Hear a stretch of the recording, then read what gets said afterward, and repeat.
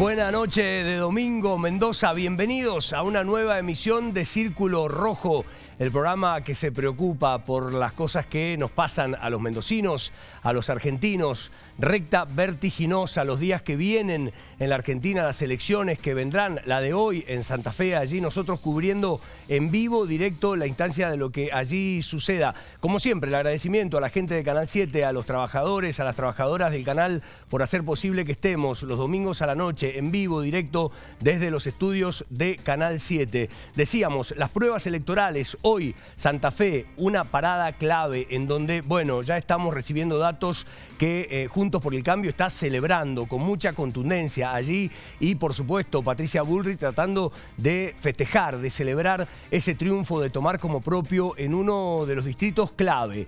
Santa Fe es el tercer padrón electoral del país, la fuerza que tiene Santa Fe industrialmente, en el campo, todo eso suma un montón y claro, la parada que viene, la que tenemos muy cerquita aquí en la provincia de Mendoza, en 2 domingos, en 14 días, estaremos también cerrando los comicios de la provincia de Mendoza con un Alfredo Cornejo que viene de un traspié. El domingo pasado no fue fácil para Alfredo Cornejo porque cayó derrotado en todas las comunas que eligieron intendente, pero está muy confiado porque las encuestas siguen sonriéndole, siguen dándole el triunfo a Alfredo Cornejo y un De Marchi que trata de quebrar, si puede, el partido peronista, el peronismo, para aliarlos, para llevárselos a su lado, algo que le está costando un montón porque el peronismo y los principales referentes de ese partido, el domingo pasado, el propio Omar Félix, Matías Estebanato, han confirmado, han reafirmado que pertenecen al peronismo y que van a ir por ese lado. Bueno, esas cosas vamos a desmenuzar, por supuesto, en nuestro programa y a nivel nacional, ¿no? También muy claro lo que está sucediendo a esta hora en Santa Fe, el triunfo de Juntos por el Cambio y qué pasará con Unión por la Patria, también buscando un lugar en el balotaje y las elecciones que vienen. Señores, bienvenidos a Círculo Rojo. Comenzamos de esta manera. Bueno, ahí vemos una encuesta que tenemos ya en nuestras redes sociales. Ahí en Círculo Rojo MZA, en Twitter o X, como se llama ahora la red social de Elon Musk. ¿Vas a dejar de ir al médico por el cobro adicional de la consulta? Podés sumarte a nuestra encuesta a través del Twitter y también a través del WhatsApp al 261-344-4444. Están abiertas las líneas y vamos a empezar este programa de este domingo 10 de septiembre. Karina Escandura, buenas noches, Cari. Hola, ¿qué tal, Nacho? ¿Cómo les va? Buenas noches. Bueno, sí, la mirada hoy está puesta en Santa Fe porque Maximiliano Puyaro se consagra como nuevo gobernador de esa provincia con más del 60% de los votos frente al 30%. Estoy dando números redondos que obtiene el PJ. Y además, por supuesto, con mucha atención a lo que se va a vivir en 2 semanas aquí en Mendoza y también con algunos anuncios de Sergio Massa que hará mañana. Van a haber cambios en el impuesto a las ganancias. Así que me parece que desde lo político hay concentración ahí. Pero veíamos la encuesta y para los mendocinos no han sido fáciles estos días. Para nada. Sobre todo quienes tienen obras sociales, prepagas, porque han tenido que pagar coseguros o copagos, aunque dicen que no se trata de eso, pero sí de pagar esa consulta a pesar de tener la herramienta de la... 6 billetes de 1.000 pesos para pagar un coseguro. Impresionante. Bueno, me parece que ese va a ser uno de los temas que vamos a abordar en profundidad. Bien, Carlos Hernández, ¿cómo está? ¿Qué tal? Buenas noches. Lo que está pasando en el sistema de salud no es otra cosa que el emergente de un país en crisis. Una situación económica que es acuciante, una crisis en la macroeconomía con una inflación galopante que lo que hace es golpear también el sistema de salud, que es algo esencial para la población.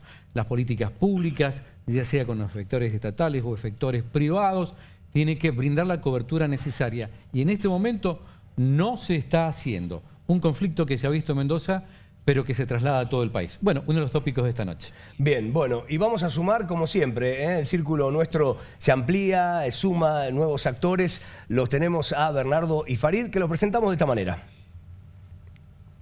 Ahí está, Bernardo Parisek, tiene 54 años, es biólogo, máster en estudios ambientales, consultor ambiental independiente, miembro de la Cámara Mendocina de Empresarios Mineros.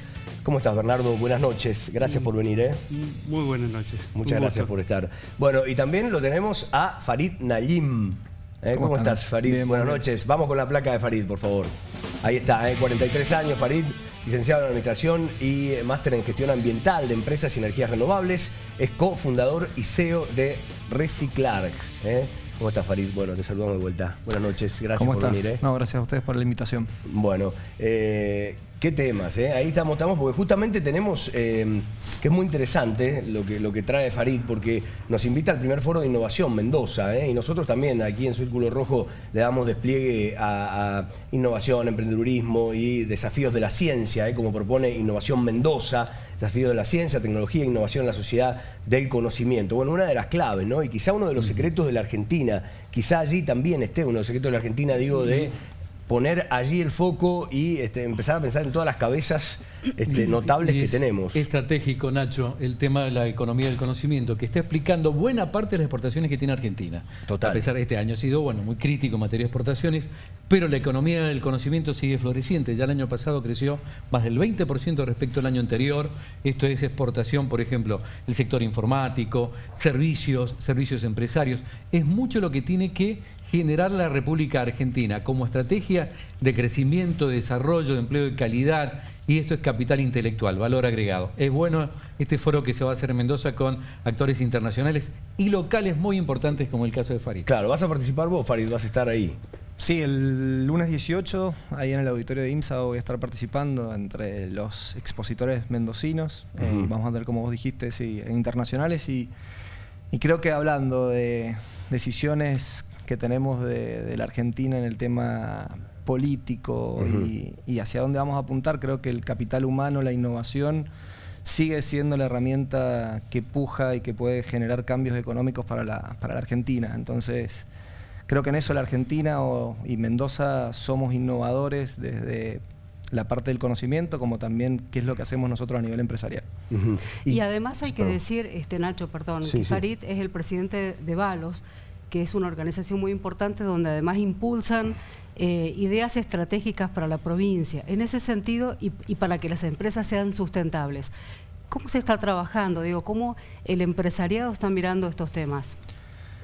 Mira, yo desde mi forma de pensar creo que todo está unido. Cuando uno agarra y plantea una empresa, hace 20 años que desde Valos planteamos lo que era la responsabilidad social empresaria, hoy hablamos de la sostenibilidad, y creo que ese modelo de triple impacto lo tenemos que ya incorporado en nuestro ADN empresarial y recién lo hablábamos también fuera de cámara, lo que es la parte de la comunidad y lo importante que es ese círculo virtuoso, que si nosotros empezamos como empresarios, o ya lo venimos haciendo, pero si contagiamos cada vez más empresarios con planificaciones estratégicas en nuestra comunidad, lo que vamos a lograr también es tener seguridad, tener mejores empleos, tener la posibilidad de elegir nuestros propios empleos. Y creo que son los típicos problemas que hablamos cotidianamente en la sociedad. No es un eslogan, están trabajando las empresas de grandes dimensiones, medianas y pequeñas también, en todo este compromiso, ¿no? Por lo menos en Mendoza hay un ecoclima que se está generando en el sentido. Sí, yo lo veo. A ver, participo en esto hace casi ya 17 años y la verdad que creo que cada vez este movimiento es muchísimo más grande. Siguen habiendo empresas y generalmente las empresas más grandes son las que son más resilientes o más reacias, no resilientes al cambio. Pero creo que también tenemos nosotros como consumidores y como ciudadanos ese poder tan importante de poder decidir a quiénes elegimos y cómo elegimos. Y creo que la tendencia de todos nosotros es empezar a mirar muchísimo esto.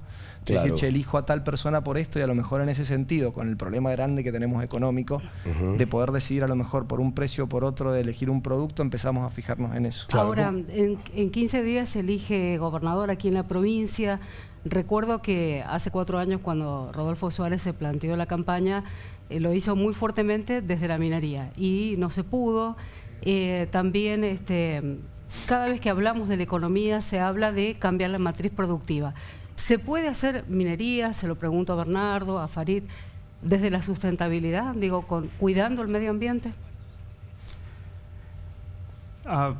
Es una pregunta recurrente y ha sido más de 16 años desde creada una ley bastante compleja y a mi entender controvertida y mal estructurada y hasta mal interpretada, pero partamos de que de los ejemplos, o sea, tenemos provincias que han podido desarrollar minería, vecinas nuestras, países vecinos nuestros y países lejanos que han desarrollado minería en forma sostenible. Aquí tenés dos frentes, ¿no? Por un lado, el uso del agua. La minería secante, se dice, ¿no? También está planteado como una consigna de batalla. Y lo otro, además de lo secante, digamos, porque utilizaría mucha agua, es contaminante. Entonces, lo que hace falta es un control que garantice todas las prácticas que nos den la seguridad de que no va a pasar ni una cosa ni la otra. Esa creo que es la respuesta en definitiva que tienen que dar, ¿no? Se ha dado muchas veces y realmente hemos tenido, desde la Cámara especialmente, poco eco, y hemos logrado el mayor efecto ha sido lograr el miedo y esas palabras contaminación o desecación. Y hay que, para mí, encarar esta disyuntiva con trabajo y estudios. O sea, Mendoza hace rato que se miente respecto a cómo maneja el agua, la maneja muy mal. Hacemos una fiesta hermosa de fin de año en la cual hay un culto al agua y hay una cultura del agua en gran parte de los mendocinos, pero todavía no la cuidamos y el 80% de esa agua está mal manejada y es el mayor usuario, el mayor opositor a la actividad. Bueno, hay que decir que apenas asumió el gobernador Rodolfo Suárez, planteó una revisión de la 7722, terminó eso en un ruido, en una polémica. Y lo prometió incluso antes de la campaña. Y lo había prometido tal cual. También Anabel Fernández Agasti. Totalmente. Sí. Bueno, tenemos justamente los dichos del gobernador que se refirió justamente a la 7722. Primero tenemos una barrida y después vamos con los dichos del gobernador. Bien, deportes en el recuerdo. Nosotros nos gusta ir un poquito por la terminología futbolera, ¿no? Y ahí lo tenemos de vuelta, recuperando la discusión, el debate por la 7722 al gobernador Rodolfo Suárez. El miedo que hubo intencionalmente, maliciosamente en la sociedad, una campaña de miedo es más fácil que una campaña seria. Estaba pasando lo de Chile, los disturbios de Chile, todo lo que ocurría. Y bueno, fue un clic que la gente pensó que iba a abrir una canilla y iba a salir cianuro, algo totalmente irracional. Van a ocurrir estos hitos que están ocurriendo y que la gente tiene que empezar a ver los beneficios y que las cosas se puedan hacer bien. En un momento, me acuerdo de una reunión con las reinas de la vendimia.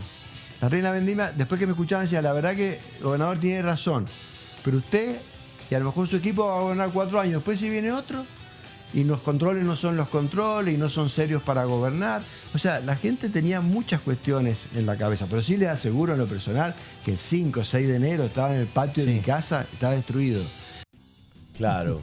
Bueno, ahí muy franco, ¿no? Muy franco, sí, claro. Totalmente. Y haciendo un pasaje también de algunas preguntas y poniendo en la figura de las reinas como al pueblo, también preguntando, ¿no? ¿Cómo sigue la cosa más allá de lo que fue pase? Una pueblada importante. Farid, y desde tu visión, ¿cómo ves esto de minería? Sí, minería, no. Te lo pregunto porque Farid, bueno, es uno de los cofundadores de Reciclar, una empresa que trabaja en el reciclado de residuos electrónicos. Una forma de descontaminar. Descontaminar, ¿no? Claro. Y que cuida mucho del ambiente. Este año recibieron casi 75.000 kilos de residuos. Entonces, con ese compromiso, ¿cómo ves esta posibilidad? No, es más, justamente el tema del residuo electrónico en sí, nosotros llamamos y hacemos una actividad que es la minería inversa. Justamente, yo siempre digo que el único animal que extrae recursos naturales o utiliza recursos naturales para extraer metales preciosos somos nosotros y después lo volvemos a tirar a los vertederos a cielo abierto. Yo acá que le sumo también, creo que tenemos que empezar a pensar en una economía circular, en una economía que no es la extractiva, sino una economía regenerativa. Sí soy consciente que, a ver, no podemos pasar de una a la otra, de un día para el otro, y esto tiene que ser un cambio que se tiene que ir dando progresivamente y empezar a pensar en reemplazar elementos, y creo que la tecnología de alguna manera también nos va acompañando y nos va llevando hacia ese cambio. ¿Un ejemplo? Un ejemplo puede ser, por ejemplo, volver a utilizar, mira lo que te voy a decir, y acá es donde yo hablo que la economía circular es volver a lo primitivo de alguna manera, y es como que uno dice, usar más las bicicletas es una forma de descontaminar o generar una huella menor de carbono, porque acá también viene el tema de que hablamos de los autos eléctricos y vamos a decir, y empezamos a usar litio, y cómo usamos el litio, cómo lo vamos sacando, y ahí empiezan las discusiones entre unos y otros sobre si estamos ayudando o no estamos ayudando al medio ambiente. Pero creo que otro ejemplo es el consumo consciente que hablábamos anteriormente, es decir, che, ¿puedo irme en el auto yo solo? ¿Cuántos autos tengo en mi casa? Si tengo la posibilidad de tener varios autos o no. Pero utilizar los medios públicos. En muchos países que se comparten los autos entre 2 o 3 personas del mismo barrio que van a un punto cercano y se van distribuyendo. Totalmente. En el camino. Claro, si vos mirás Europa, si tenés la posibilidad de ir viendo cómo esos modelos de economía tradicional están cambiando hacia una economía más circular, es de alguna manera la colaboración, cómo yo puedo utilizar los medios públicos, tratar de desarrollar en esa parte. Entonces, desde las políticas públicas también es trabajar sobre eso. Y creo que también van a aparecer y siguen apareciendo distintos emprendimientos o formas de poder trabajar. Nuestra idea, y acá en el foro, volviendo un poco a lo del foro, son cómo con la innovación yo puedo empezar a generar cambios paradigmáticos o cómo también podemos hablar de hacer un mismo proceso de una manera distinta. Eso también es una forma de innovar. Bueno, frente a la seguridad, Bernardo, frente a la seguridad de que las montañas de Mendoza tienen oro, lo tienen litio, lo tienen. ¿Cómo avanzar? Tienen mucho cobre. Y cobre, ¿no? Claro. Especialmente. Acá, vecino de los chilenos que son más fuertes. Claro, pero puede haber. Y oro también, ¿no es cierto? Sí. Tenemos las minas de Paramillos que muestran ese oro y hay muchas mineralizaciones que van acompañadas de cobre y oro. Claro, ¿cómo hacer para que, bueno, hay una voracidad, ¿no es cierto? Obviamente, corporativa, mundial, que, bueno, busca oro, que quiere sacar, no sé, que históricamente el estigma de Barrick Gold y toda esa historia. ¿Cómo hacer para que, bueno, eso se pueda sacar sin que cause un gran daño y que se pueda distribuir en el pueblo, ¿no? Bien, ahí tenés otro gran, además del miedo, es la mala información, ¿no? La noticia falsa. Todos hemos tomado a Barrick o a una empresa como el estigma de lo que no hay que hacer. Pero vuelvo a la pregunta, y acá en Mendoza pongo una industria muy hermana o prima de la minería, que es el petróleo. Y desarrollamos una destilería inmediatamente al lado del río y utilizamos gran parte de esa agua pasa por toda esa destilería, todo un trabajo industrial, y no le tenemos miedo. Se hace ácido sulfúrico en nuestra destilería. ¿Saben ustedes que se hace al lado del río ácido sulfúrico? Porque al sacar el azufre vos generás un ácido y no... Pero está aceptada, tiene licencia social histórica. Perfecto. Esa es la cuestión. O sea, una industria con ciertos controles, con estrictos controles, con una historia muy larga, logra ser aceptada. Y la otra, le seguimos largando formas de miedo que todavía no tomamos. Bueno, el desarrollo hoy de San Juan o de Santa Cruz. Santa Cruz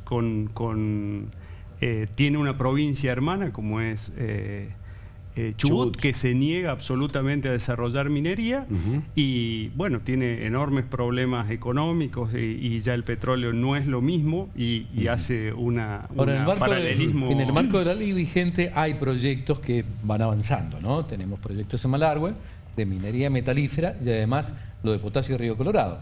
Esto va a ser un boom, ¿no es cierto?, para las exportaciones mendocinas. En el marco de la 7722, es decir que aún con ese marco legal se puede desarrollar. Es que hemos perdido enormes oportunidades porque el proyecto San Jorge cumplía perfectamente, se hizo bajo el marco de la 7722 y fue la legislatura, y eso es una pérdida, una pérdida enorme que todos los cuerpos técnicos y de control, llámese universidad, DPA, todo irrigación, que evaluaron eso, pasan a un debate puramente político, que todos juegan a una especulación y no por eso, para nosotros, dentro de la Cámara, consideramos que eso es un paso absolutamente innecesario. Proyectos tan grandes como puede ser hacer fracking no pasan por la legislatura. Bueno, ahora, Bernardo, vos sos biólogo, ambientalista, pero estás en la Cámara de Minería. ¿Y a qué se debió entonces todo ese movimiento que se negó a que Mendoza espectacular pudiese... miedo y generar miedo, y hay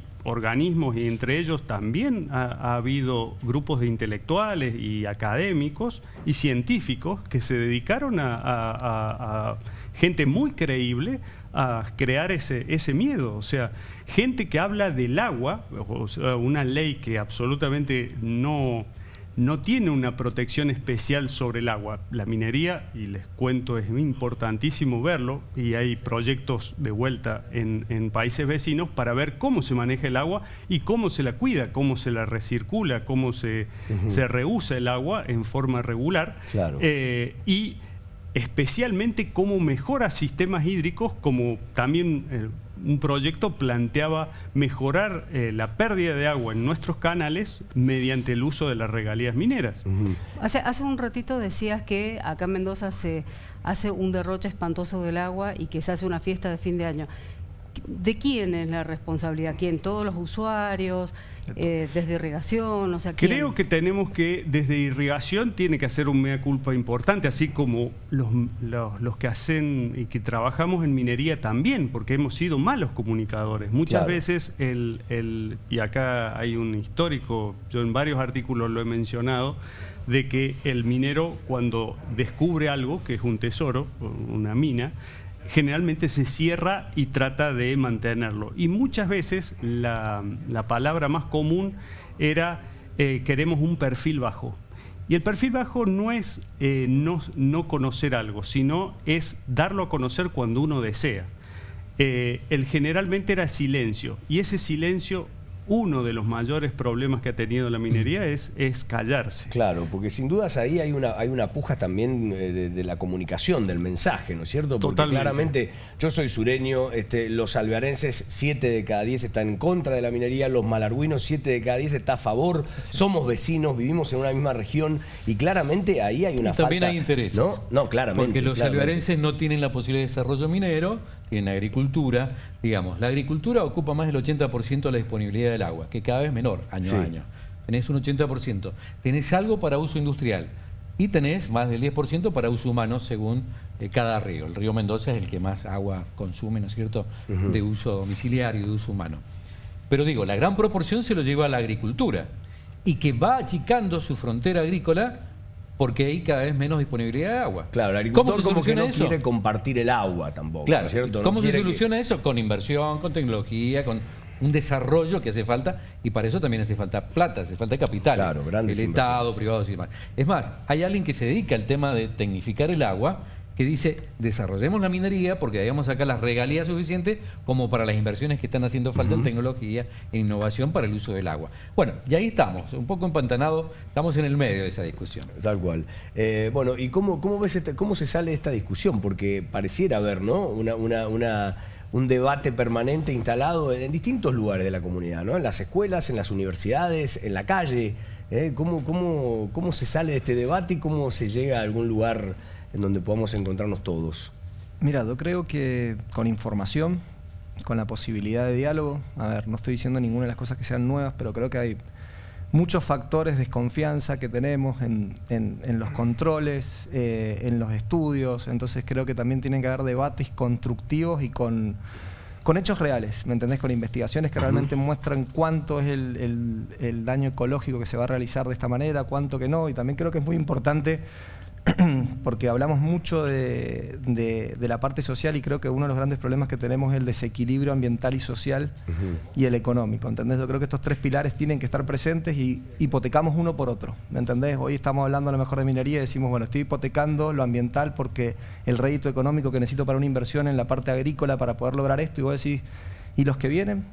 Las personas que vienen después, las generaciones que vienen. Las generaciones futuras que vienen, ¿qué hipoteca ambiental, social le estoy dando? Entonces, para mí eso es realmente el gran problema que tenemos hoy. Entonces, en esa hipoteca, discúlpame, ustedes que trabajan sobre el tema del reciclado, ¿no? Estratégico también, muy puntual, que enseguida lo digo entre paréntesis, expláyate un poquito más sobre eso específicamente. Pero digo, por ejemplo, la legislatura de Mendoza negó en un momento un financiamiento de créditos blandos del BID para el desarrollo del GIRSU, que era la posibilidad, hemos perdido años, muchísimos años, ese tipo de cosas. Tratamiento de los residuos. Sí, entonces, eso sí que es un pasivo ambiental y que lamentablemente no tiene una política de Estado, sí tiene mezquindades prioritarias. Lo dijiste recién, lo dijo él hablando. Siempre termina en la parte política y con el tema, yo soy de los que digo que uno de los grandes problemas de la humanidad es el ego.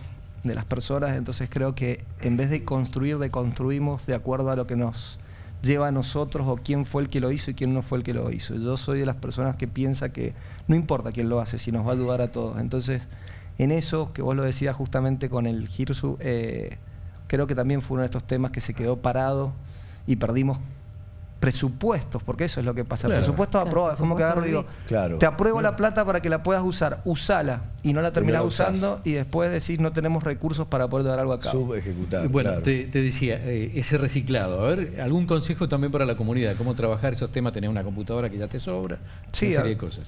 Consumo consciente es fundamental, es cuando uno agarra, nosotros en Reciclar, en estos 14 años que venimos trabajando, recolectando cada año, por suerte más, porque la gente es más consciente sobre los residuos.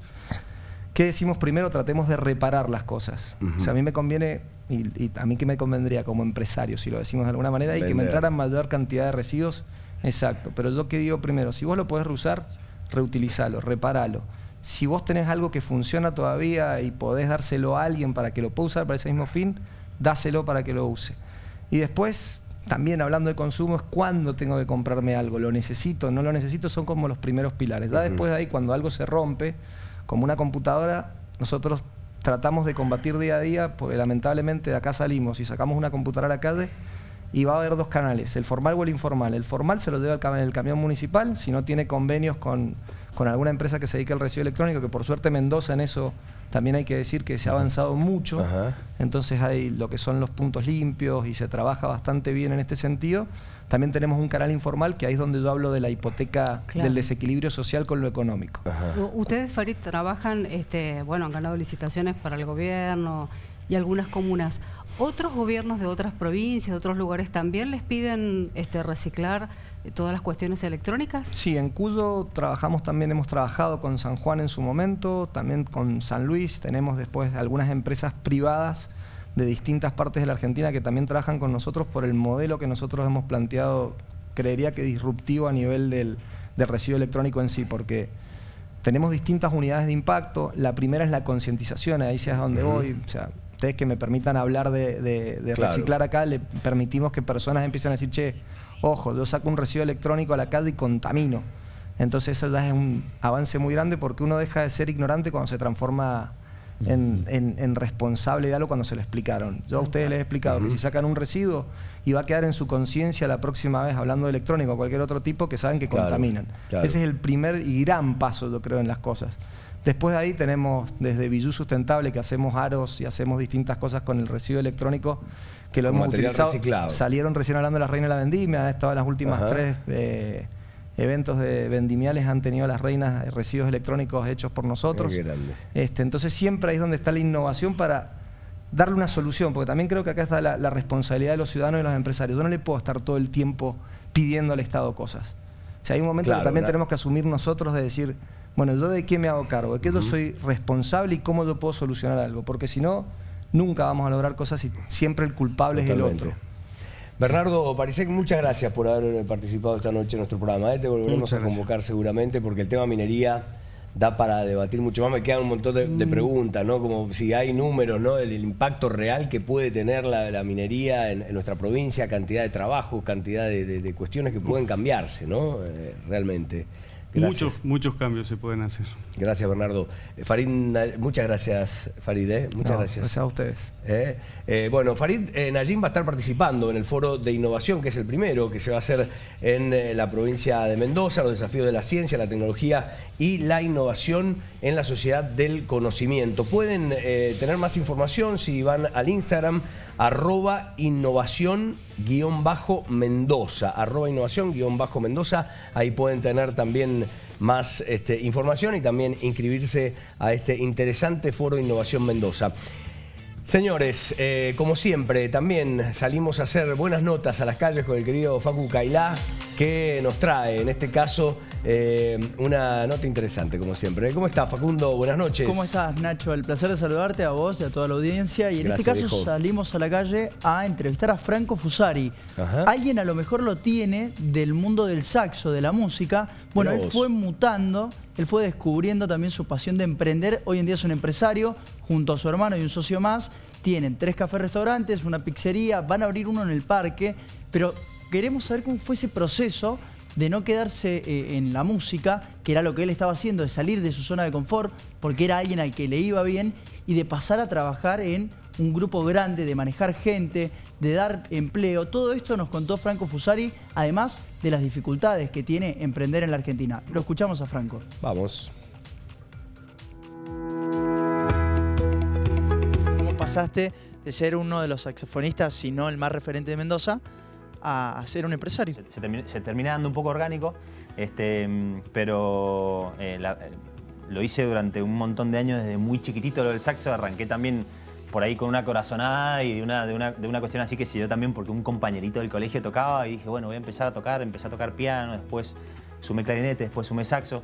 Y la realidad es que por una buena parte de la vida, sobre todo durante una infancia, cuando era muy chiquitito, de los 12 a los 17, estudié música y mi carrera fue la música. Y entonces la transición se dio así. En un principio eran las dos cosas a la vez y fue ahí donde termino yo soltando la música, por lo menos de la manera en la que lo estaba haciendo, por el hecho de que era mucha vorágine laboral y de trabajar solo pasé a trabajar con un equipo enorme y todo, y la realidad es que era un montón y encima los fines de semana tenía que seguir saliendo a laburar en la noche, entonces también un poquito me agotó ese ritmo en ese momento y bueno, entonces se termina dando esa transición. ¿Y se nace o se hace ser emprendedor, después empresario?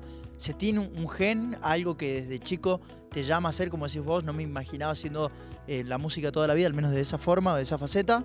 ¿O te fuiste haciendo también en el camino? No, yo creo que recontra uno se va haciendo en el camino, seguro.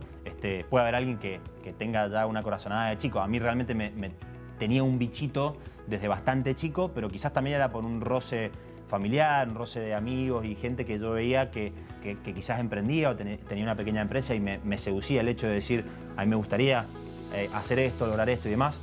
Si te digo, tenés que cambiar una cosa de la Argentina, una cosa mala. La verdad que se nos ha hecho muy difícil, o sea, hemos tenido la suerte de más o menos ir encauzando la realidad y remándola, pero muy desde lo propio, porque la realidad es que ayuda externa hemos recibido muy poca o nada, y por ahí si tengo que decir algo que se me ocurre ya, es como por ejemplo la carga impositiva, que por ahí lo digo desde el punto de vista donde, desde el rubro astronómico, por ejemplo, es un rubro que genera un montón de empleo directo y donde realmente la carga impositiva es enorme y muchas veces hace que la ecuación no dé y realmente es una pena porque siento que podría ser una ecuación mucho más feliz tanto para la persona que trabaja en la gastronomía como para la persona que intenta emprender en gastronomía.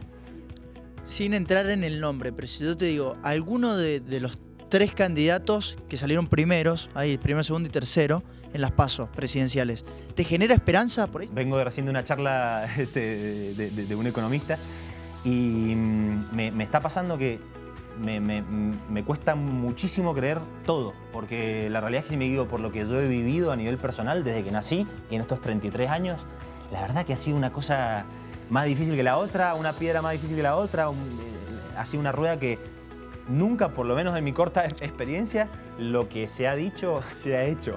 Ser un empresario emprendedor en la Argentina es...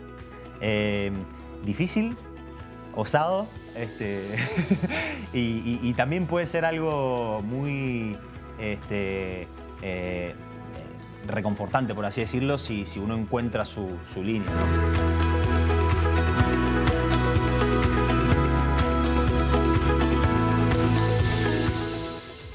Bueno, como siempre, muy interesantes las entrevistas que nos trae el querido Facu Cailá. Señores, ha llegado el momento de hacer la primera pausa. Te recordamos que tenemos al aire una encuesta, ¿eh? ¿Vas a dejar de ir al médico por el cobro adicional de la consulta? Recordemos que han comenzado los profesionales de la salud a cobrar un copago de 6.000 pesos los médicos, 3.000 pesos los odontólogos, y lo vamos a estar tratando a partir del segundo bloque. ¿Vas a dejar de ir al médico por el cobro adicional de la consulta? Sí, no, a Círculo Rojo MZA en Twitter y al WhatsApp 261-344-4444. Primera pausa, señores, ya venimos.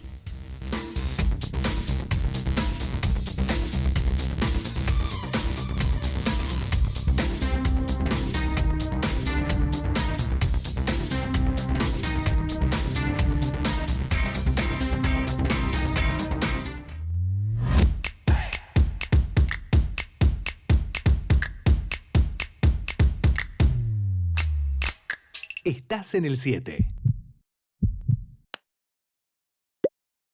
Este lunes 11 de septiembre en Jumbo, aprovecha pollo fresco el kilo a 779 pesos, queso cremoso La Paulina por 100 gramos a 189 pesos con 90. Esta y otras ofertas más, encontrarlas en jumbo.com.ar. Jumbo, te da más.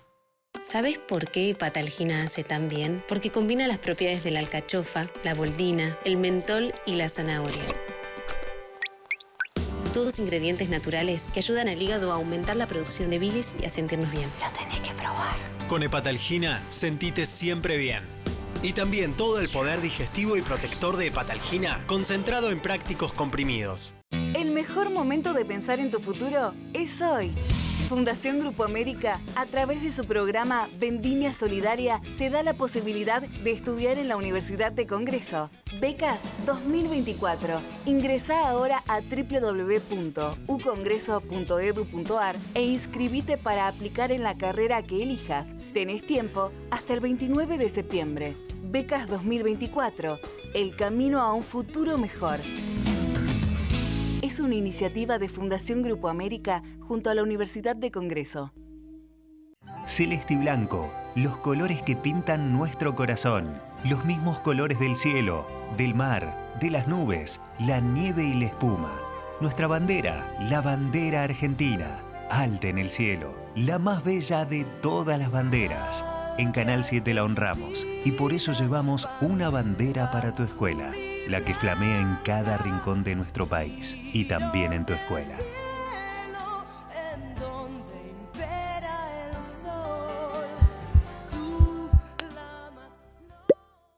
¿Cómo tratan ustedes el acné? Yo lo trato bien, él me trata mal a mí.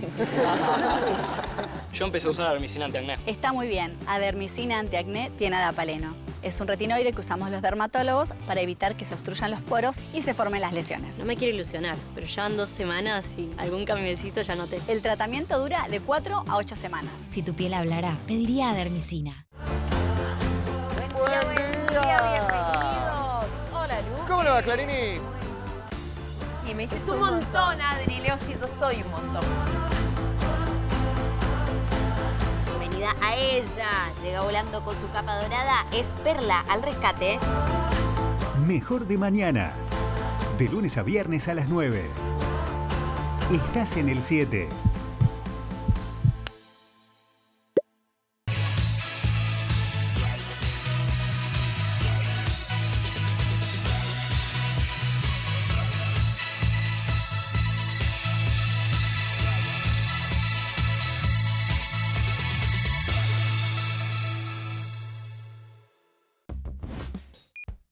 Más de 300.000 trabajadores y trabajadoras dejarán de pagar el impuesto a las ganancias. Y detrás de ese dato, siguen creciendo el consumo y la inversión en Argentina.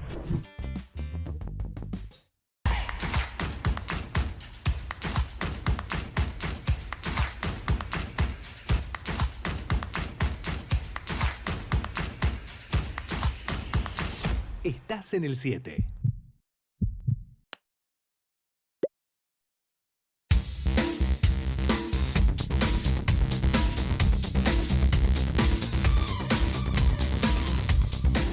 Bien, señores, seguimos compartiendo la noche en Círculo Rojo, en vivo, directo por Canal 7. Vos también participás, ¿eh? Recordá que estamos en Twitter como @Círculo Rojo MZA. Allí estás contestando nuestra encuesta, también al 261 3 44 44 44. Lo dije bien, ¿eh? 3 44 44 44. Y nos metemos con el tema de la encuesta, con el tema que estamos preguntando esta noche. ¿Vas a dejar de ir al médico por el cobro adicional de la consulta? Sí, no, lo podés responder a través de nuestras redes sociales. Y sumamos al Círculo Rojo, saludamos aquí 2 médicos en el piso, 2 médicos mendocinos que han tenido la amabilidad de venir a acompañarnos, a ser parte de Círculo Rojo en este segundo bloque.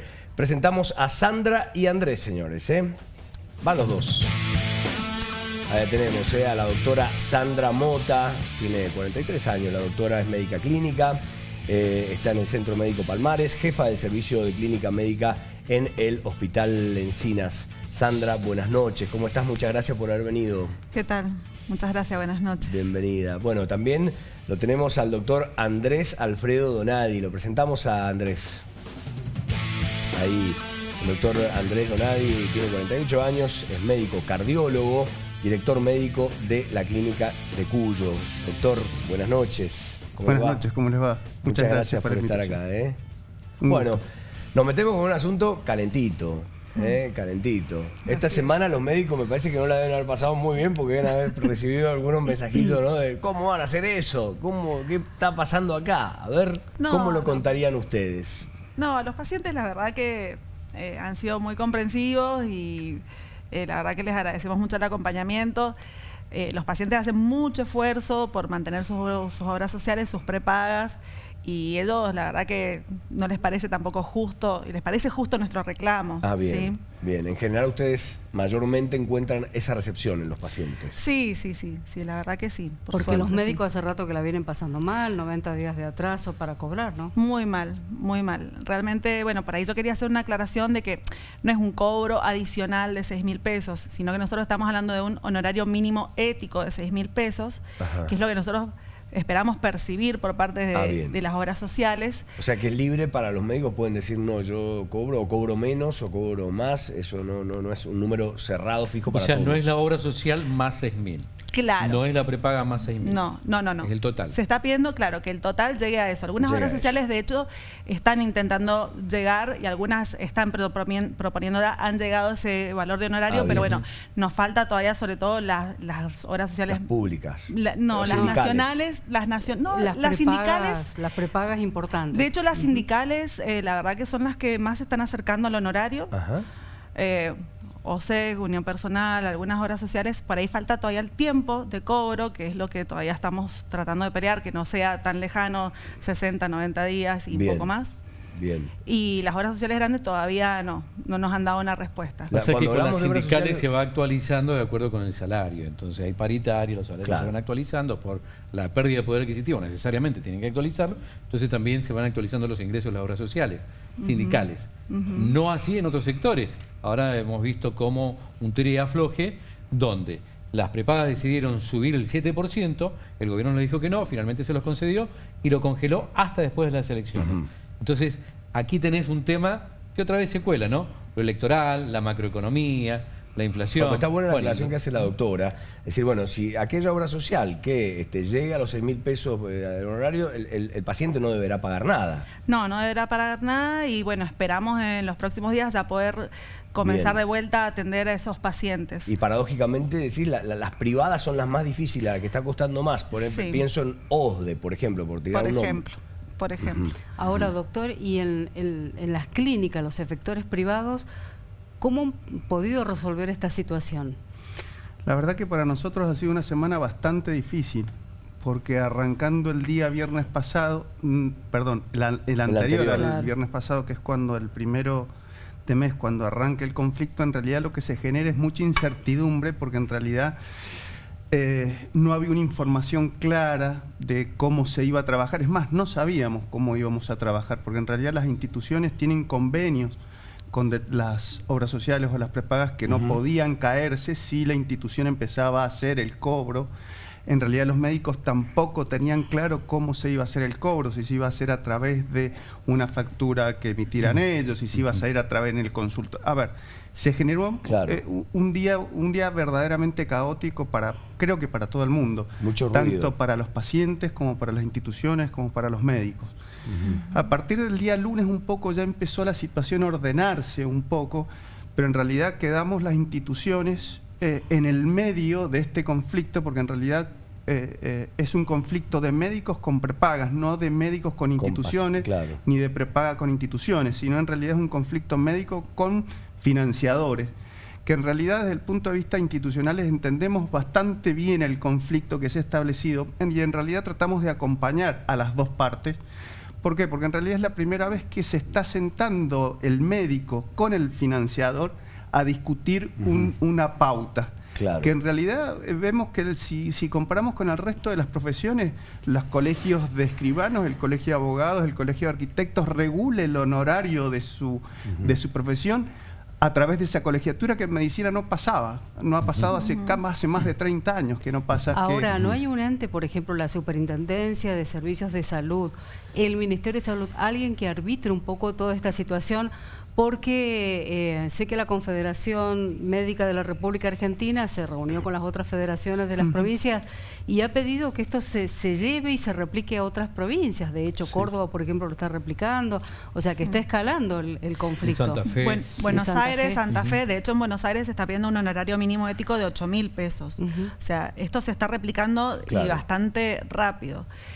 Sí, por supuesto que esto primero que ha sido, como dice el doctor, una cuestión unilateral. Siempre las financiadoras han sido las que han decidido sobre nuestros honorarios y ahora es la primera vez que nosotros realmente decimos, bueno, esto no puede ser. Además, con todo el avance de la tecnología, de cómo son las cosas, no puede ser que demore tanto un trámite en que uno pueda percibir el honorario. O sea, realmente... Y hay una especulación financiera quizás allí, ¿no? Porque, bueno, tienen un ingreso que después liquidan 3 meses tarde o... Bueno, también Exacto. AMPROS pidió esta semana una mesa de negociación. Justamente tenemos una placa allí compartiendo esto, ¿no? Solicitó una mesa de negociación con obras sociales, prepagas y efectores privados. Claro, y que lo AMPROS... arbitre la Subsecretaría de Trabajo, pero no sé si no. corresponde. Yo creo que hay buena voluntad aquí del gremio de médicos, profesionales de salud, pero esto es un conflicto nacional, donde las partes son de la órbita nacional. ¿Cómo va a ser, como decías, Karina, el gobierno local para sentar, no sé, a las prepagas, que son de proyección nacional? Claro, claro. Entonces, y que cada provincia, problema. cada distrito tiene sus pretensiones distintas, digamos. Es que aparte debería estar regulado, como preguntabas vos muy bien recién, por la superintendencia, que debería juntar la superintendencia de salud, debería juntar a las dos partes, sería el ente en realidad que estaría encargado, tal cual, de juntarse con las asociaciones médicas a nivel nacional y tratar de pautar un arancel hacia el médico, a todo el país, absolutamente. Pero es algo que nunca ha pasado en los últimos 30 años, en realidad. Y tenemos algo que es muy poco claro, porque en realidad uno ve que la pauta que le baja la superintendencia a las prepagas no es a veces la cifra que se traduce al que llega al prestador. Entonces, en realidad estamos quedando muy descalzados, hablando como institución, no ya como médico, estamos quedando muy descalzados con respecto a los pagos exactamente igual que a los profesionales, porque recibimos exactamente el mismo delay de tiempo entre el uso y se percibe la prestación, también con el uso de a veces materiales que son importados o no, pero que en realidad hoy con la pauta inflacionaria que tenemos a veces no se llega a los costos de reposición del medicamento o de la prótesis o de lo que se esté utilizando. Es decir, calculamos que hoy estamos haciendo o colocando determinados medicamentos, vamos a algo básico, un suero, y ese suero lo vamos a estar cobrando entre 45, 50 días, 60 días en el mejor de los casos. Después de ser usado. Después de ser usado. Entonces, cuando lo vamos a cobrar, posiblemente ese suero que se pagó a X cantidad de pesos, no lo podemos comprar. Entonces está generando toda esta situación que, como decías, es una crisis en general global. Es decir, la medicina está el país está en crisis y la medicina también tiene que ver mucho con esta crisis que estamos teniendo. Es decir, no somos ajenos a esta crisis. Muchas veces la medicina quedaba fuera y tratamos de que quedara siempre fuera, pero hoy en realidad tanto médicos como instituciones de salud verdaderamente estamos en una situación... Y médicos que se están yendo las cartillas de las prepagas también, ¿no? De la cartilla del país, de la provincia, pues en otras provincias también pagan mejor, incluso San Luis, 4 horas y los médicos están ganando casi el doble, o sea, realmente hay mucha no todos los médicos, es muy específico, digo, para poner las cosas en su lugar, pero pasa. Y en las guardias sobre todo. Y muchos pacientes que vienen a Mendoza. Y además también hay muchos intermediarios entre que uno hace la prestación médica, pasa por muchos intermediarios hasta que después nosotros cobramos y cada intermediario se va quedando también con un porcentaje. La verdad que creo que hoy justamente con todas las herramientas que uno tiene informático, también directamente debería ser a la asociación y la asociación al médico y eliminar también intermediarios. Creo que eso también sería una buena estrategia para acelerar los tiempos. Y en estos días a los dos, por más que los pacientes entiendan la situación, porque también la viven la crisis, Seguro. algunos han dicho no puedo pagar esto, no puedo pagar y no me voy a hacer atender hasta que no me vuelvan a recibir la obra social o la prepaga. Sí, por ahí los pacientes tienen alguna patología de urgencia, obviamente están concurriendo a la guardia y a los que realmente por ahí necesitan una atención van y concurren a la consulta médica, y bueno, y el que iba a una consulta de control o iba a alguna consulta más banal, por ahí espera otro momento. Espera otro momento. Porque está en el sector público. Sí. ¿Hay más demanda en el sector público? Y, a ver, en realidad prácticamente desde la pandemia es impresionante lo que ha aumentado la demanda del sector público. Pero en esta semana todavía no la hemos visto tan reflejada. Quizás, de todas formas, el sector público, por lo menos en el hospital donde yo trabajo, realmente atiende mucho CEP, mucho PAMI. De por sí ya venía atendiendo hacía mucho tiempo. Pero bueno, en esta semana no se ha notado todavía. Probablemente si esto se demora más, que esperamos que no, sí. Esperamos que si esto no se demora, no se va a ver reflejado aún. Traen el sector público y bueno, se me ocurre también incluirlos un poco en el círculo para discutir lo que pasa con la política, la posibilidad de que se imponga, ¿no?, un candidato que claramente dice el Estado debe correrse de cuestiones básicas como la educación, la salud. ¿Qué mirada tienen? En realidad yo creo que como sistema de salud la Argentina, el sistema que actualmente tiene es un sistema que es inviable y que va a estar prácticamente, si no se corrigen determinadas situaciones, vamos a entrar en crisis independientemente, entraríamos en crisis sin la crisis que actualmente estamos desde el punto de vista... Gane quien gane, dice usted, doctor. Sí, yo creo que gane quien gane va a tener que replantearse seriamente una revisión... ¿De financiarlo o de gestionarlo? Las dos cosas. Porque hoy el sistema argentino está regulado a través de un PMO, que es un Plan Nacional Obligatorio de Cobertura, en el cual están incluidas un montón de situaciones que la verdad que es a ver, no sé si lógica la palabra, pero es algo muy difícil de sostener en el tiempo. Pero bueno, todavía tenemos esa facilidad de que frente a una contingencia podemos ir al hospital público, llegar y ser atendidos, ¿no? Pero eso podría perderse. ¿Usted cree que sí se puede sostener el plan? Yo creo que hay una cuestión de gestión de recursos y yo soy una ferviente defensora y creyente del sistema de salud público. Y creo que sí, por ejemplo, realmente nosotros, como le digo, atajamos muchos pacientes que no pertenecen al sistema público en realidad, y quizás eso sí hay que redireccionarlo. Pero yo creo que con buenas gestiones se puede sostener o mejorar. Quizás hay que optimizar algunas otras cosas. Bien. Recién le preguntaba al doctor si han notado una baja en la atención de la gente justamente por este cobro. Sí, al principio...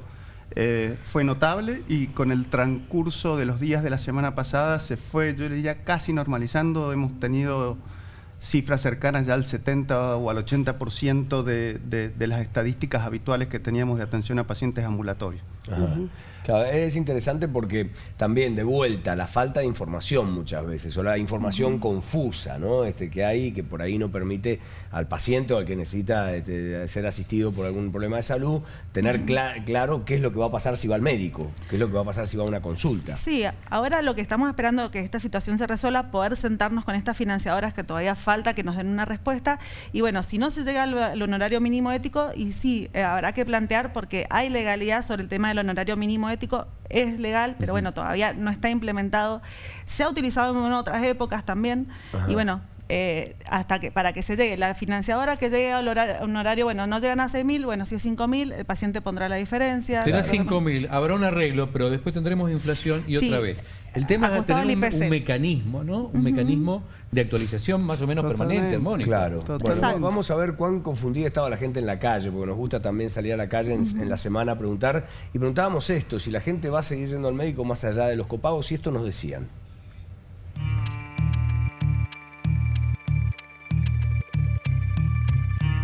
El conflicto entre las obras sociales y los médicos escaló al punto tal que los profesionales de la salud empezaron a cobrar las consultas. Salimos a la calle a ver qué opinaba la gente sobre el cobro de los médicos, y esto nos respondió. Me dedico a seguir pistas. Dijeron, si no hay acuerdo por mayor monto, les vamos a cobrar 6.000 pesos directo a los pacientes. ¿Va a dejar de asistir por el cobro de la consulta de los médicos?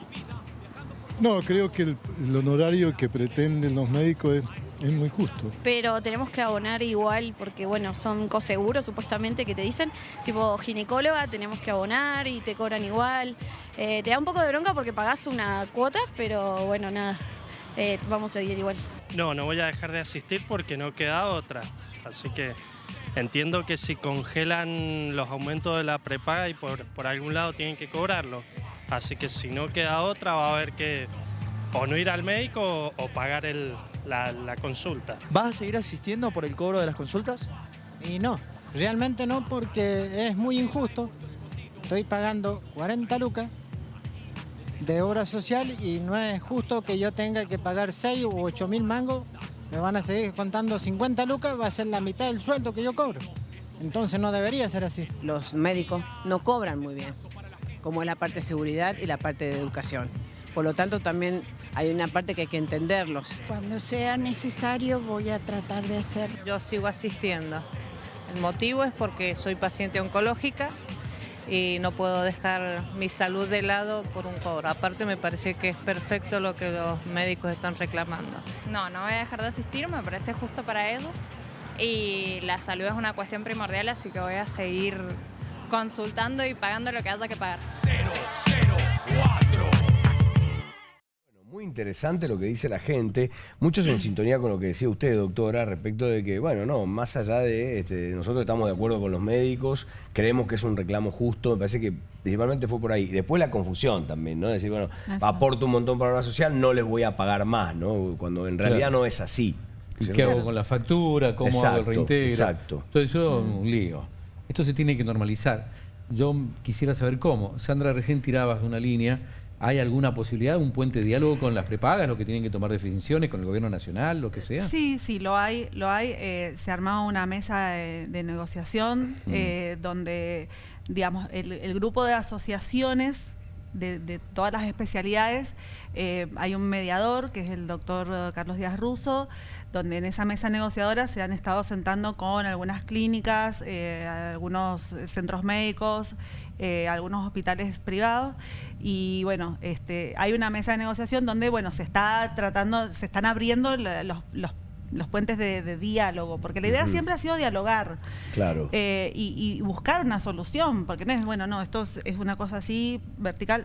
No, realmente hay que buscar, porque nosotros también estamos para el servicio de la gente, para traer soluciones, pero las hay, porque las financiadoras tienen medios y realmente donde han ido recortando es en el horario del médico. Claro. Es la variable de ajuste, digamos, exacto. ¿no? Claro, y la otra el paciente, por supuesto. Exacto. Y ahora, ¿por qué los otorrinos, otorrinos arreglaron? Eso. ¿Por qué específicamente? Especialidades, claro. Algunas especialidades porque ellos tienen alguna forma convenios más directos. Nosotros, por ejemplo, dentro de la Asociación de Médicos Clínicos e Internistas, nosotros todavía no tenemos toda la habilitación de la Superintendencia de Servicios de Salud, entonces no hemos podido hacer convenios directos.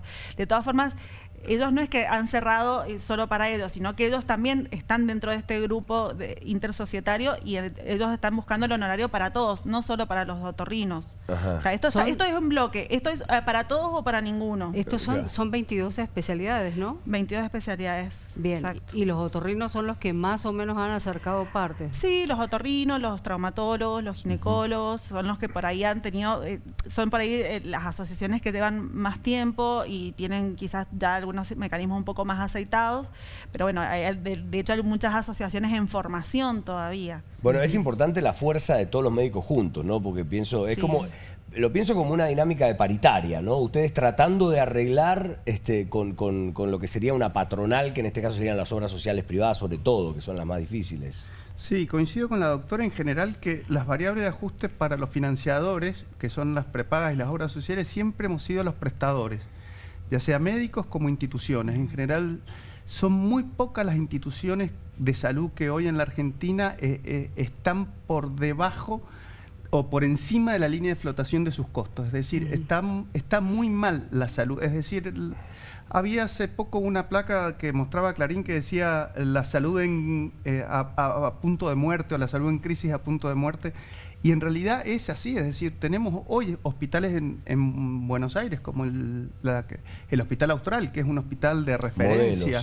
Modelo que hoy está planteando el cobro de copagos no para la consulta médica, sino para cualquier tipo de intervención dentro de la institución, porque hoy no se están cubriendo los costos. Entonces, hoy en realidad el planteo en Mendoza lo podemos suscribir un poco al conflicto médico, que es hoy el que está en un círculo rojo, pero en realidad la salud en general está en rojo, porque en realidad más allá de que los médicos se pueda llegar a un arreglo con el financiador y llegar a una consulta mínima ética, es después ver esa consulta mínima ética también cómo se va a regular para que tenga una especie de actualización. No podemos estar en conflicto permanente. Pero hay una fuerza colectiva, digo, de los 24 distritos del país. ¿Hay alguna instancia de diálogo de los 24 distritos trabajando en un sentido? Sí, en realidad, por ejemplo, ahora sobre todo que es mucha época de congresos, la verdad que las diferentes asociaciones, por ejemplo, las asociaciones de ginecología han hecho también apoyando a la Asociación Médica de Ginecólogos de acá de Mendoza, los gastros también, los traumatólogos también, los cirujanos igual. O sea, y la idea es, digamos, seguir como en bloque, pero bueno, ya de por sí ya tenemos cada asociación, su referente nacional nos está apoyando. Bien. Eso es importante. Es muy, muy importante. No, por eso se está replicando. Por eso es que se está replicando. Ahora, hace unos días hablábamos en Radio Newell con un referente, una de las autoridades de la Asociación Médica de Empresas de Medicina Prepaga, y ellos también están molestos por este congelamiento de los 90 días. Entonces ellos dicen, tras este congelamiento que hemos tenido en el pago de las cuotas, ¿cómo podemos arreglar? O sea, esto lo tiene que definir la superintendencia. Por eso yo vuelvo a insistir, digo, tendría que haber, digo, algún Pero es que, ente rector. ¿cuánto ¿no? han aumentado las prepagas en un año y cuánto han aumentado los honorarios médicos en un año? Más del 114% han aumentado las prepagas en un año y los honorarios médicos no han aumentado ni el 65%. Claro, la mitad. Entonces, no se condice. Claro. Lo que ellos dicen no es... Claro, tendría que ser automático también, digamos, el porcentaje, ¿sí? Digamos, si tenés una torta de ingresos, la porción que se lleva las prestaciones médicas tendría que mantenerse constante. Entonces, a mayor ingreso, digamos, de las prepagas, porque pagamos más los usuarios, también tendrían que tener mayor ingreso los profesionales. Bien. Eso es un numerito que los tendrías que tocar con una computadora y te sale.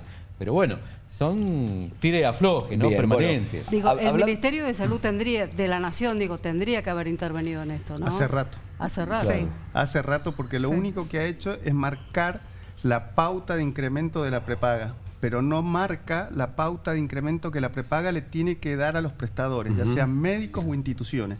Entonces no está regulada esa pauta, entonces esa pauta es siempre, como decía la doctora, inferior a lo que ellos tienen de ingresos. La zanahoria siempre cada vez más lejos. Como el lío no está cerca del ministerio, bueno, que se las arreglen en Mendoza, ahora en Córdoba, pero ya cuando el círculo se haga más grande. Bien. Y el problema es que, por ejemplo, la prepaga cobra a mes vencido y ese dinero, de aquí a que se refleja en lo que percibe el prestador, es 60 días, 70 días que la plata queda dando vuelta. Claro, con una inflación de 8 días. Claro, antes si viviéramos en Suiza, que no tuviéramos inflación, uno dice, bueno, en realidad uno termina siendo una caja de ahorro. Bueno, aspiramos a que se estabilice la Argentina en algún momento y volvamos a tener un camino de no inflación. Hablando de los distritos, nos vamos a dar una vuelta por la provincia de Santa Fe. Señores, contundente victoria de Juntos por el Cambio, impresionante victoria del radical Maximiliano Puyaro, que le da nuevas fuerzas allí a la candidatura de Patricia Bullrich, que ha viajado a la provincia de Santa Fe para celebrar este triunfo. Le ganamos Santa Fe al kirchnerismo, dice Patricia Bullrich en un tuit que acaba de publicar. Hoy en Santa Fe ratificamos que estamos frente a la oportunidad histórica de derrotar de una vez y para siempre al kirchnerismo. Felicitaciones Maxi Puyaro, dice Patricia Bullrich, que está hablando en este momento vivo directo desde la provincia de Santa Fe. Patricia Bullrich, allí la escuchamos. Vamos todos juntos, los felicito de corazón, muchísima suerte, vamos a gobernar de la mano, vamos a gobernar de la mano. Bien, Patricia Bullrich, con todo...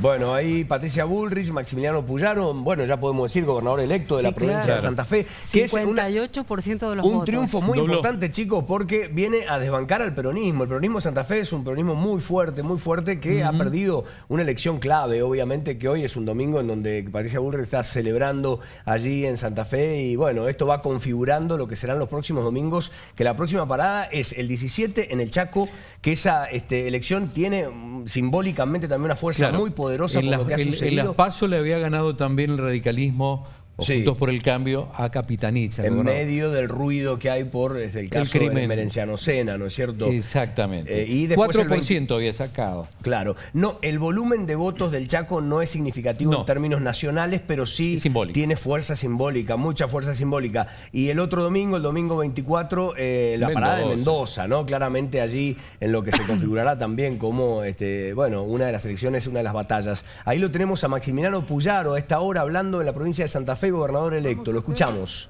Un gobierno de cercanía, un gobierno que va a estar al lado de todos, un gobierno que le va a poner la cara a cada uno de los problemas que hay hoy en Santa Fe.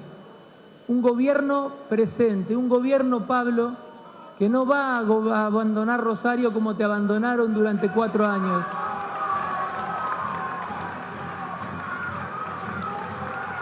Un gobierno que va a acompañar a la ciudad de Rosario, un gobierno que va a acompañar a la ciudad de Santa Fe, que la ciudad de Santa Fe va a dejar de ser solamente la capital administrativa de la provincia para ser una ciudad productiva, un gobierno que va a llegar a los 5 puntos de cada una de las regiones de nuestra provincia y que va a trabajar para dar respuestas. Nosotros eso es lo que construimos. Construimos un proyecto político de cercanía para estar al lado de cada santafesino y de cada santafesina. Bueno, una victoria contundente obtenida Juntos por el Cambio, en donde habría ganado en todos los departamentos. Obviamente que faltan contar los votos de muchos departamentos, pero en principio está ganando Juntos por el Cambio en toda la provincia de Santa Fe. Es un batacazo impresionante. Rosario, obviamente Rosario, bueno, se refería ahí, lo tenía al lado a Pablo Hapkin, un viejo dirigente de Franja Morada, bueno, ahora intendente de Rosario hace algunos años. Y también han ganado en la ciudad de Santa Fe, han ganado en casi todos los departamentos de la provincia. Impresionante la victoria que celebra Patricia Bullrich, obviamente un momento clave que le da oxígeno a su campaña, ¿no es eso, cierto? Fundamentalmente, Nacho, porque fíjate, en las últimas elecciones en Santa Fe ganó Milei. Estamos hablando de las presidenciales. Y ahora vuelve a ratificar lo que pasó en las PASO. Lo que pasó en las PASO es que había ganado Juntos por el Cambio, por muy buena diferencia, le había ganado Maxi Puyaro a Carolina Lozada, en la interna también, y ahora replica ese triunfo doblando el peronismo. Esto realmente es un batacazo para Santa Fe. ¿Se proyecta a la nación? No necesariamente, pero sí le da oxígeno. Total. Es simbólicamente lo que le genera un estado de ánimo a Juntos por el Cambio para seguir dando batalla. Como Totalmente. Decías, el Chaco y luego Mendoza. Lo mismo, digamos, para los departamentos de Mendoza, que el peronismo ganó en 6 departamentos, no significa ahora que va a ganar la provincia, pero sí significa que les ha levantado el ánimo y se sienten más competitivos. Totalmente. Bueno, Mendoza, hay que decir, ¿no? Luis Petri, compañero de fórmula de Patricia Bullrich, un hombre fuerte del radicalismo mendocino que también está esperando festejar el próximo 24. Todas las encuestas van hacia ahí, ¿no? Siguen, como decía en la apertura, sonriéndole a Alfredo Cornejo de cara al 24 de septiembre. Bueno, ¿qué pasará abierto allí? Decir, el domingo que viene vamos a estar cubriendo las instancias también del debate, vamos a estar debatiendo justamente nosotros también acá en el piso y bueno, se vienen domingos clave, ¿no? Sabés que todo indicaría que lo que está pasando en las PASO es como que la gente identifica muy bien qué tipo de elección son. ¿Qué tipo de elección? Sí, o sea, una cosa son las departamentales, otra cosa son las provinciales y otra cosa son las nacionales. No es que el elector mete todo en la misma bolsa. En tu pago, en Maipú, ganó el peronismo las PASO. Después ganó la general para intendencia, pero ganó Milei las presidenciales y para gobernación fue un triunfo rotundo para Cambia Mendoza. Lo mismo de San Rafael, te lo traigo yo exactamente lo mismo. Ganó la PASO provincial Cornejo, cómodo, muy cómodo, ganó Milei la presidencial PASO y ganó los Félix, ganaron en PASO y en la general, con lo cual digamos, hay un voto cruzado y creo que en definitiva, más allá del gasto, bueno, el mérito del desdoblamiento, ¿no? Que lo podemos discutir en algún momento, pero ha servido en términos de la democracia, digamos, pidiendo porque ahí cada el voto. Ciudadano sabe lo que elige y si le conviene la autoridad municipal, si hace una buena gestión, lo ratifica. Pero tiene otra idea para la provincial y otra para la nacional. Y lo que vimos recién también en esa foto era importante Patricia Bullrich, pero también estaba Rodríguez Larreta. Sí, exactamente. Que fue el gran desgaste que tuvo Juntos por el Cambio y por eso esa caída creo que explica mucho esas divisiones. Por eso el hecho de que estén juntos no es poco. Bueno, los vamos a invitar a los doctores a que se queden en el próximo bloque. Tenemos una pequeña pausita y seguimos, chicos. Bueno, estamos compartiendo Círculo Rojo en vivo, directo por Canal 7.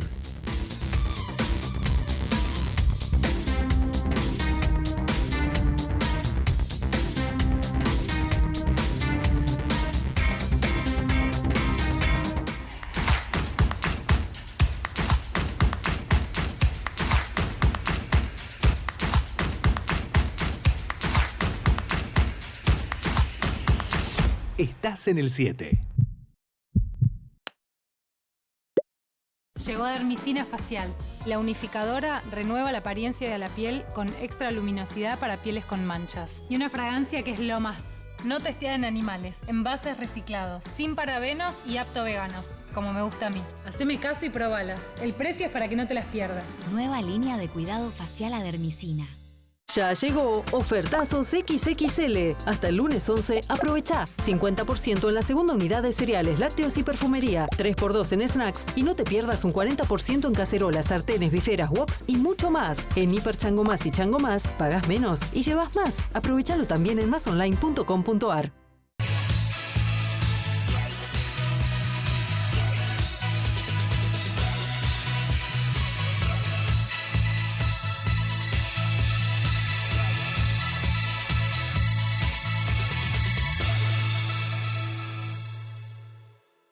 La mañana que te gusta siempre es con Pamela.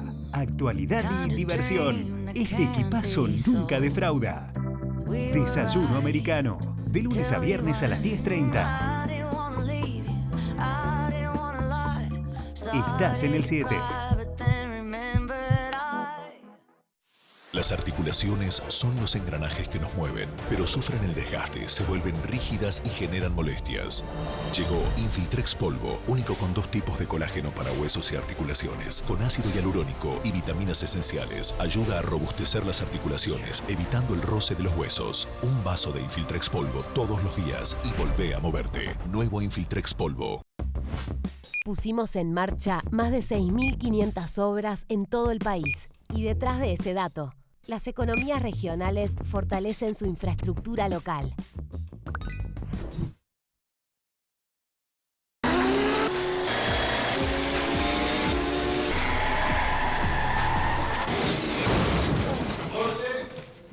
¿Cómo te me vas a parecer así, Hernán? Es que estaba llegando tarde y pensé que me ibas a sacar el lugar. Me duele todo. Tráeme algo para tomar. ¡Rápido! ¡Rápido!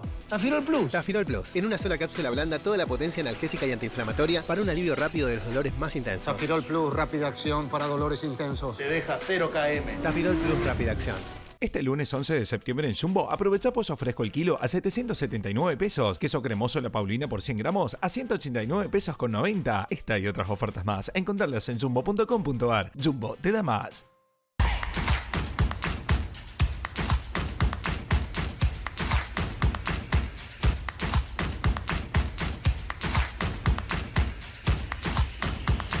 Estás en el 7.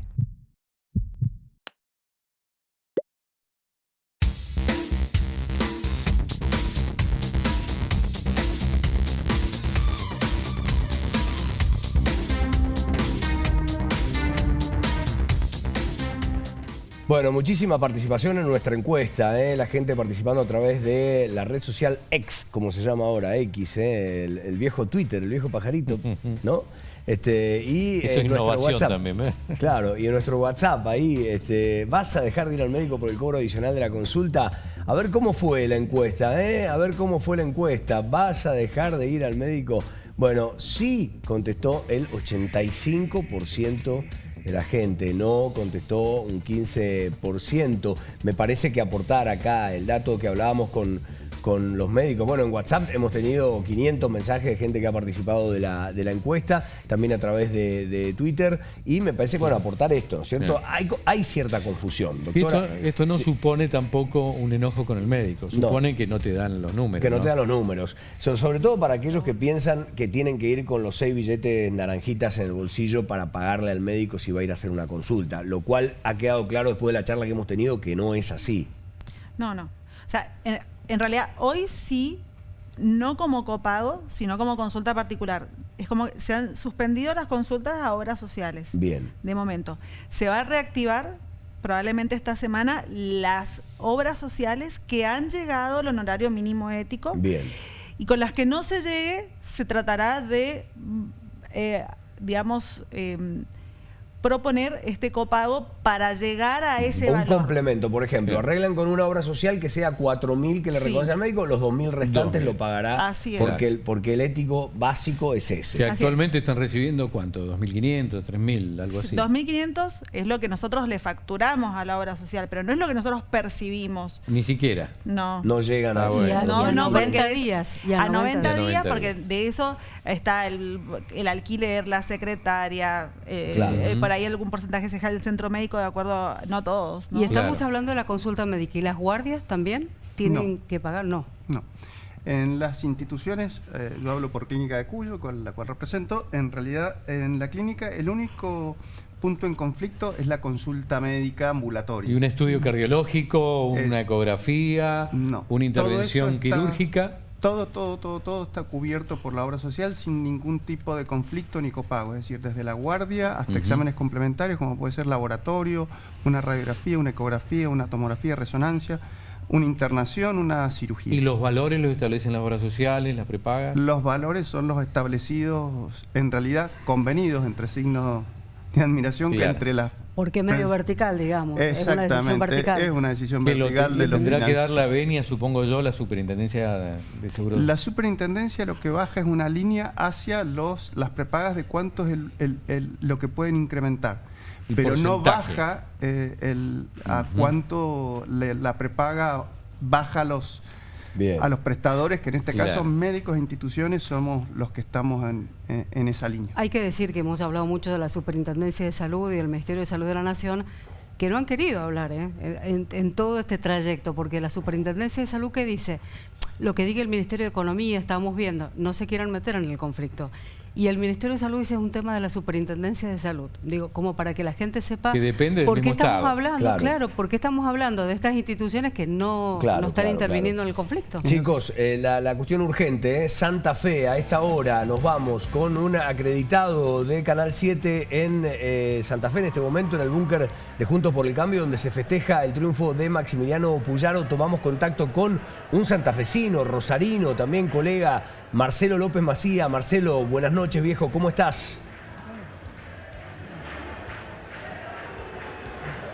Hola Nacho, ¿cómo estás? Buenas noches. Así es, en Rosario, en el búnker de Maxi Puyaro, nuevo gobernador de Santa Fe. Doblemente histórico, Nacho. Por un lado, hacía 60 años que el radicalismo no ganaba en la provincia de Santa Fe. La última vez fue en el año 63 con el doctor Aldo Tesio. En toda la democracia no pudo ganar, hubo 10 gobernadores, 7 justicialistas, 3 socialistas, nunca podía llegar a la Casa Gris, era una maldición y hoy rompió el maleficio, pero además lo rompió con un 58% de los votos. En democracia nunca un gobernador había sacado este guarismo, el récord lo tenía Reutemann en el 99 con el 55, pero ¿por qué es importante el número, además de lo anecdótico? Porque Maxi Puyaro logró retener los votos que había sacado en las primarias en julio Carolina Lozada. Después de una interna brutal donde Carolina Lozada llegó a vincularlo con los narcos en una ciudad donde hubo 170 asesinatos en el 2023, fue algo muy pesado, pero Maxi logró retener esos votos. La ilusión es que Bullrich pueda a nivel nacional retener también los votos de Horacio Rodríguez Larreta, el jefe de gobierno porteño, con quien también tuvo una muy pero muy dura interna. Gran dato, ¿no? Porque pienso, Santa Fe representa el 8% del padrón nacional electoral, o sea, ahí la celebración de Patricia Bullrich no es nada menor. Ahí tenemos un poco de... No, es el tercer distrito electoral, después de la provincia de Buenos Aires, después de la provincia de Córdoba, por delante de Capital, había casi 3 millones de santafesinos, y esa era la gran incógnita, Nacho. Se dijeron cosas muy fuertes, quedaron cicatrices, la piel se regeneró, pero las cicatrices quedaron. Bueno, ¿cómo va a reaccionar ese 20 y pico % de Lozada? Bueno, apoyó a Puyaro, por eso se ilusiona Bullrich, por eso está exultante. Es el primer paso de 3. El próximo domingo se vota en Chaco, donde tiene chance con... Se nos cortó el audio ahí con Marcelo López Macía, que está en vivo directo Ahora, cubriendo las elecciones de Santa Fe y un batacazo muy importante. Hay otro dato importante. No solo que coincide con lo que fue en las PASO reteniendo los votos de Lozada, sino que puede haber alguna fuga de votos de Lozada, pero ha habido otro electorado que se ha sumado, porque ha superado la cantidad de electores que fueron a las urnas de las PASO. Entonces, hay un crecimiento de gente que en su momento se abstuvo y que ahora ha decidido jugar esto porque es la definitiva. Que puede ser también una antesala de lo que vamos a estar viendo en las próximas elecciones, con más gente votando, participando activamente. Claro, y el famoso voto útil, ¿no? Que la gente, que puede llegar a pasar también el 24 en Mendoza, que la gente utilice el voto, decir, bueno, voy para un lado, voy para el otro, lo utilizo más allá de lo ideológico, voy, y me parece que acá Maximiliano Puyaro ha podido capitalizar gran parte del electorado santafesino, que bueno, lo ha acompañado con mucha fuerza. Hay que ver cómo quedan esas legislaturas conformadas, ¿no? La debilidad del peronismo en una provincia donde ha sido muy fuerte históricamente. Hay que ver los votos también a la legislatura. Omar Perotti, uno de los candidatos. Tal cual. Retomamos ahí con Marcelo López Macía de Santa Fe, que te había quedado alguna consulta a Carlos para hacerle a Marcelo. ¿Estás, Marcelo? Adelante. Te escuchamos, Nacho, sí, no te alcanza a escuchar la pregunta. Sí, Marcelo, ¿cómo te va? Carlos te saluda. Hola, Carlos. Hay más participación del electorado en Santa Fe, ¿no? En este caso, quizás eso también le ha ayudado a alimentar los votos a Maxi Puyaro. Claro, la otra vez se votó en un fin de semana largo, en este caso votaron 70% de los que podían votar. Pasó algo parecido a lo que pasó en Córdoba, ¿se acuerdan que votaron en medio de vacaciones? Bueno, acá se había votado justamente en un fin de semana largo. En este caso fue un día soleado, condiciones climatológicas espectaculares en Santa Fe. Mucha más gente fue a votar y además cuando se vota en una general la gente está más decidida, ¿no? Porque ya no es una interna, una primaria, es cuando se definen las cosas. Así que la votación fue bastante importante. Casi 7 de cada 10 concurrieron a las urnas. Marcelo, Karina te habla. Te quería consultar, bueno, y en el resto de los departamentos, de las comunas de Santa Fe, ¿cómo quedó conformado? Bueno, era muy importante la elección en Rosario. Acá se rompió, decíamos, una maldición, 60 años sin gobernador radical, pero el peronismo tiene una maldición, un maleficio. Hace 50 años que no hay un intendente peronista en Rosario, que siempre fue la capital del peronismo. Bueno, volvió a perder el candidato peronista, Pablo Kapkin, el actual jefe de gobierno, que es de Juntos por el Cambio, retuvo por muy poco, 51-48. Tiene una votación muy particular Santa Fe porque el que gana diputados, aunque saque el 30 al 25%, se queda con la mitad más uno, con lo cual Puyaro tiene toda la Cámara de Diputados para él. Y a nivel de senadores está muy, pero muy parejo. Ha sido una victoria casi total de Juntos por el Cambio, Rosario, los legisladores y la gobernación. Impecable como siempre, Marcelo. Un fuerte abrazo. Abrazo, Nacho, chicos. Hasta luego. Gracias. Marcelo López Macía, en vivo directo desde Santa Fe, cubriendo las instancias de lo que acaba de suceder, señores. Juntos por el Cambio se ha quedado con una provincia clave, con una de las provincias quizá más poderosas económicamente de la Argentina. El campo, la industria fuerte, Santa Fe muy fuerte, y allí ha celebrado Patricia Bullrich, que viajó especialmente para esa celebración. Bueno, los volvemos a sumar a los chicos. Estaba pensando también en el sistema electoral, porque es interesante, cada provincia tiene su propio sistema de reparto de bancas, de legislatura.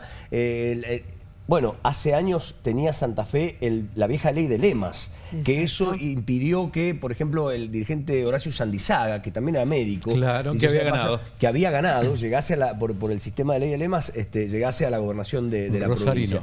Exactamente. Bueno, doctores, volvemos a ustedes, bueno, y agradeciéndoles por supuesto habernos aguantado también un ratito en este día de política caliente también que teníamos que cubrir. Vamos cerrando un poquito lo que tiene que ver con la polémica de la semana, y también traía que los médicos mendocinos se han sumado a esta lucha que llevan adelante ustedes. Sí, totalmente. Somos más de 22 especialidades, más de 2.000 especialistas unidos acá, y bueno, y a nivel nacional, como les digo, se va replicando y recibimos apoyo de diferentes asociaciones, y la verdad que eso nos pone muy contentos. Sandra, en 15 días elegimos gobernador. Si tuvieran que pedirle algo a alguno de los que va a ser gobernador, ¿qué le pedirían? Que se involucren más con la salud, por supuesto. Ya hemos visto lo importante que es, ya pasamos una pandemia y bueno, el sistema de salud realmente se puso la camiseta y realmente hicimos muchos sacrificios y eso no se vio reflejado en nuestros honorarios. Recibimos solo aplausos. Bueno, los dos candidatos a vicegobernadores de las fórmulas que más podrían imponerse son médicos. Eve Casado, Daniel Orozco, dos médicos, ¿no? Sí. ¿Con ellos hay algún diálogo? ¿Hubo algún acercamiento? Tengo entendido de que sí, algo más que nada Eve Casado ha estado hablando. Bien. No conmigo especialmente, pero sí sé que se ha solidarizado con la situación. Claro, también una médica involucrada también, tanto con el sector público como con el sector privado. ¿Usted, doctor? Mira, es muy difícil porque en lo que respecta al conflicto actual puede haber voluntades o puede haber acercamientos por parte del gobierno provincial, pero como decías muy bien, esto se resuelve a nivel nacional. Tal cual. Y la verdad que no vemos ni siquiera una alerta por parte de la superintendencia de querer ocuparse o preocuparse por lo que está ocurriendo. ¿Y qué le pediría a los candidatos? Porque están viendo este programa, así que aproveche para... Es que en realidad no tenemos, por ejemplo, en lo que es salud, fíjense que en general no hay ninguna propuesta de candidatos ni provinciales ni nacionales. Es decir, estamos viendo sí muchas propuestas económicas de los cambios que van a haber, pero en temas que son salud y educación en general nunca ha sido un tema de debate. Entonces es muy difícil pedirles algo si no está en agenda a veces ni siquiera. Y sobre algo que es esencial y que usted decía más temprano, es inviable como está. En el mediano, largo plazo se va a caer algo importante. ¿Qué es lo que tendría que modificarse específicamente según su punto de vista? A ver, yo creo que se tiene que replantear el sistema integral, desde lo público a lo privado. Es decir, desde lo público porque verdaderamente tenemos que, yo creo como la doctora, que es absolutamente necesario tener un sistema de salud público sano, pero que en realidad hoy los presupuestos que se están manejando en la salud pública verdaderamente no se ven reflejados en las prestaciones. Y en lo privado exactamente lo mismo, es decir, tenemos ingresos muy importantes del sistema privado, de la gente hacia los sistemas privados, y en realidad cuando se tiene que efectuar la práctica verdaderamente vemos que está muy poco. Y a su vez hay prácticas que verdaderamente están sobreestimadas para lo que debería ser el sistema. Es decir, hoy en día tenemos tratamientos, por ejemplo, de fertilidad. Ajá. O determinados tratamientos médicos que no están absolutamente probados, y tenemos determinados estalones de la justicia que en realidad hacen a determinados recursos de amparo hacen aceptación. Y en realidad hoy vemos que ese tipo de presupuestos hoy va generando distorsiones. Generando distorsiones tal cual. Es decir, a veces el 30 o el 40% de los presupuestos que tenemos en salud se los está pasando alto costo, medicación de alto costo, y que no tienen una vuelta verdaderamente hacia la población general. No es tanto el porcentaje de presupuesto en lo que es el presupuesto general, sino es cómo se va asignando y cómo se va priorizando. Tal cual. Es más, hay algunas obras sociales o prepagas que el 70%, obras sociales chicas hablamos, que el 70% del presupuesto se lo llevan del total de su cantidad, el 10% de los pacientes.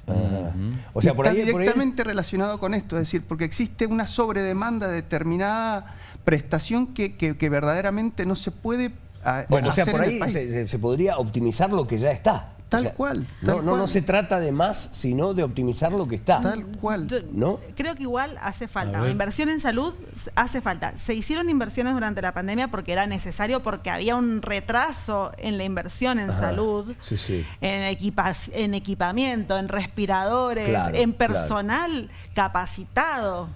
Personal capacitado, terapistas, que ha habido una fuga importante también de ese personal capacitado, o sea que hay una falta de inversión. Claro.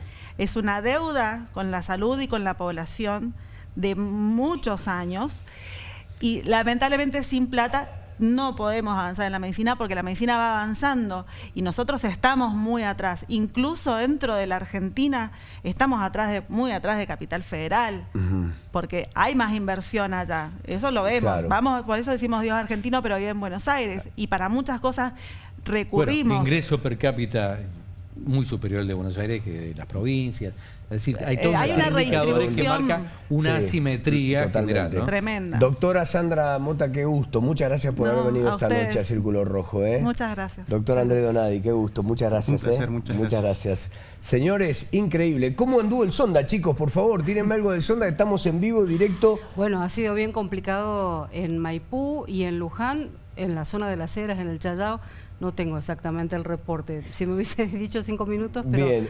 pero bueno, ha sido chicos, complicadito. Sí. Bien, los chicos de producción no sé si tienen algún datito, pero bueno, tiramos que hemos tenido una tarde complicada de viento en la provincia de Mendoza. Vamos a seguir ampliando el transcurso del día y obviamente mañana había en todos los gente lotes. que se había quedado sin agua en la zona del oeste. Bien. Por justamente la afectación del viento sonda, del servicio que cortó la electricidad para lo que era la alimentación para la zona del oeste de Capital. Claro, la planta de Alto Godoy. Exacto. Hubo bastante complicación. Bien, bueno, tenemos 2 domingos los que vienen también cargadísimos de información, de actividad en Canal 7. Sigan todas las elecciones, sigan todo lo que tiene que ver con lo político con nuestro canal. Por supuesto, nos quedamos con Ovación. Los chicos de Ovación vienen después de nosotros. Un saludo grande. Gracias, Cari, como siempre. Gracias, muchas Nachito. Gracias. Nos hablamos en la semana. Sí, señor. Gracias, Carlos. Buena semana para vos también. Mañana viejo. estaremos en mediodía, a las 13 por Niwil. Excelente.